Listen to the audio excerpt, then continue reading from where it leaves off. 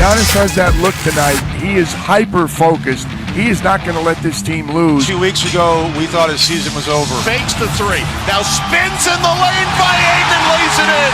What a move by Giannis. And in the second half, it was all Giannis. I'm not going to lie. Inside to Giannis. Turns 10-footer. Goes down. 49 for Giannis. And we did it. We did it, man. Life is good. You know what I mean? Like, $100,000 for the cheapest ring on the finger, look. Keyshawn, J. Will, and Zubin on ESPN Radio, the ESPN app, Sirius XM, Channel 80, ESPN News. Bart Scott, Jason Fitz, in for the crew. Every time I look at that highlight, I was like, man, I didn't know Plexico Birds played basketball. I look at Portis. So, you know, this is interesting because we're coming off an NBA championship, and what I'm trying not to do is be a prisoner of the moment, right? Because a week and a half ago, it was, well, maybe Giannis is a better Robin than a Batman. And then what did we watch in the NBA Finals? Is he went off for 50 points and really addressed everything that everybody, like, we went from having conversations about the serious limitations to Giannis's game to stepping back and saying, holy cow, even when the whole world knows what he's doing, how he's trying to do it, he still does it. And so I think part of this legacy conversation has to start with understanding how good Giannis is, particularly because that matters when we're putting context around the Bucks in this championship. But also we had to put him in the right category about what he is, right? See, we were trying to put him in a category with the KDs, with the big wings and the stretch fours and all that type of stuff, right? Because we were seeing him as like a power 4-4. He's a center, right? He's just an athletic, in shape, center. Right. So now when you say, OK, he's more like Shaq, and everybody's like, oh, he's like a modern day Shaq. Now we can appreciate him because we didn't expect Shaq to hit 18 footers. We didn't expect Shaq to shoot great from the free throw. We expected Shaq to put in buckets, be physically dominant, dunk on people, and block and protect the rim. And that's exactly what Giannis does. When you put it in that context, then you can appreciate what he is because his body looks good. You expect him to do more because he's 7 foot and he looks like KD, but he'll never be KD because KD's in a whole nother bracket. He's his own unicorn. But Giannis is like the Loch Ness Monster. I just want to imagine a zoo that you walk into that has a bunch of unicorns and you don't like this one. Because Giannis, you're right, is like a totally different unicorn. Oscar Robertson, Hall of Famer, was on an incredible show on ESPN Radio known as Spain and Fitz, which you can listen to from 7 to 9 p.m. Eastern, Monday through Friday. No, that's a great show. That's a great show. Thank you very much. This is what Oscar had to say about Giannis and the legacy.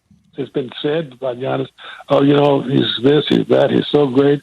But they have mental finals. They get beat every year in one of these rounds and whatnot. Now he shut all that up. They can't say that anymore about him. Now he goes on to, hey, people want to know, can you win again? People are never satisfied, to be honest. I mean, even though they had a great year, they overcame a lot of adversity.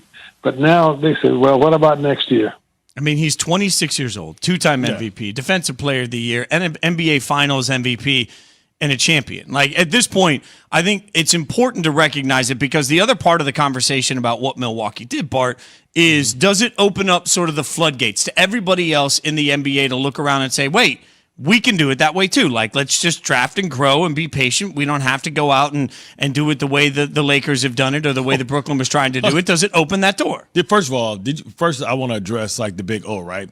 Understand that you are what we say you are until you're not, right? We've heard that about all the great players. So, I mean, if you want to put himself in a great category, he's going to hear the criticism, right? LeBron heard the criticism all the way back from when he passed and didn't take the big shot and gave it to Danielle Marshall, right? right. He had to hear that, right? But, like, I think when you think about where he is right now and what the bar is, people are never satisfied because the great players get way more than one. We talk about Bill Russell with 11. We talk about Michael Jordan with 6. We talk about LeBron with 4, Tim Duncan with 5, Kobe with 5. So if you want to be put into that room, that special room, like the high rise, it's only a certain level that you really get to go up to in the Hall of Fame, and it's reserved for the best of the best, right? The 1% of the 1%. I don't even know if that's possible. You know what I'm saying? I got an associate's degree, but the fact that Giannis has put himself in the conversation, but I don't think that he'll ever win another one. I think every once in a while, like I say all the time, a broken clock is right twice a day, right? And when you think about it, you can get away with being patient like that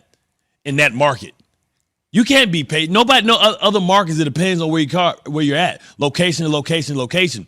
right? You know, a place like Milwaukee has to be satisfied and happy that they have a star because they're a small market team. So they're embracing it and they're patient with them because they know they don't have a lot of options. There's not a lot of people banging the door down and say, hey, I want to be a free agent. I want to sign with Milwaukee. Oh, but I'm going to push back on that. Well, please do. You know I will. I mean, at some point, you got to look at it and say, what did we just see? I mean, the Deer District, 60,000 people outside. Yeah. Milwaukee's willing to pay. What else you going to do in Milwaukee? I happen to like Milwaukee a lot. It's a fun city, Bart. I'm sure it's a great place, but I ain't never go visit. Like, hey, kids, get in the car. We're going to fly to Milwaukee. You got to open up your mind, man. Like the Calderon Club, good restaurant, good Italian food. The bar scenes are good. Summerfest is the best music festival maybe in the world. It's in Milwaukee. It's a week long. Let's go, Bart. There's a lot to Milwaukee. But if you're a free agent, you're looking at it and saying, okay, I know Giannis is going to be there. I know he's going to be there for a long time. Yeah. And I know that they paid him and he's willing to stay there and he can do single-handedly what he just did. Now, I know that all of the stars had to align in some ways. Right. But you're presuming that going into next year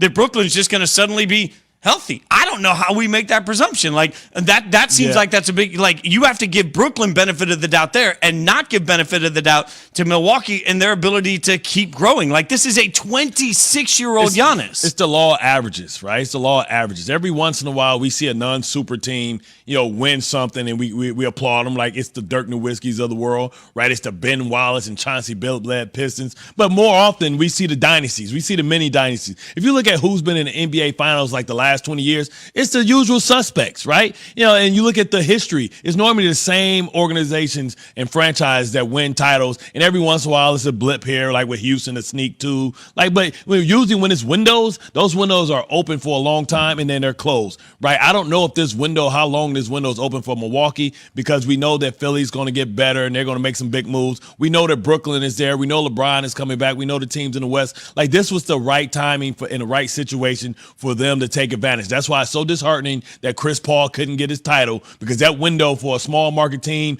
the non-LeBrons, the non-Currys, the non-KDs were open and he missed it. Now I got to go back to maybe Cliff Paul should have showed up, for the Game 7. I'm just going to keep going back to something Monica McNutt, our ESPN NBA analyst, said to me when I was here a couple of weeks ago. And she said, look, we got to stop looking at the stars we're used to and understand that there's a group of rising stars that are capable of doing what we just saw. And as much as we talk about, hey, LeBron and AD could get healthy and the Clippers could finally figure out how to not be the Clippers and Brooklyn might be able to get healthy, which also presumes that James Harden won't blow a big game like he's done many times in his career. Like we look at all. James Harden is who he is until he's not, right? So we were talking about Giannis the same way. Oh, he's so great, but he has no basketball acumen. But the difference is Giannis is 26. Harden's not 26. Like Giannis is still developing who he is in his story. See, but this is different. See, and this is what you're talking about, right? Like when you think about Giannis's dominance, I think his window is a lot shorter than a player like KD or like Harden because their skill set and their basketball acumen is so well. Like to me, Giannis is a stretched out Russell Westbrook, right? And what happens when he loses that athleticism like all players do, his shelf life and his ending is going to be like a supernova. It's going to be beautiful. It's just not going to last long. Speaking of supernovas, Team USA softball might be one right now. They're off to a much better start than their soccer counterparts in the sports return to the summer games for the first time since 2008. U.S. is 2-0 with back-to-back 1-0 shutout wins. On Wednesday night, the Americans beat Canada 1-0 behind a one-hit shutout by Monica Abbott. These summer game news and notes brought to you by California Almonds, representing your country or representing your trivia team. Almonds are natural fuel for the best you. California Almonds, own your every day.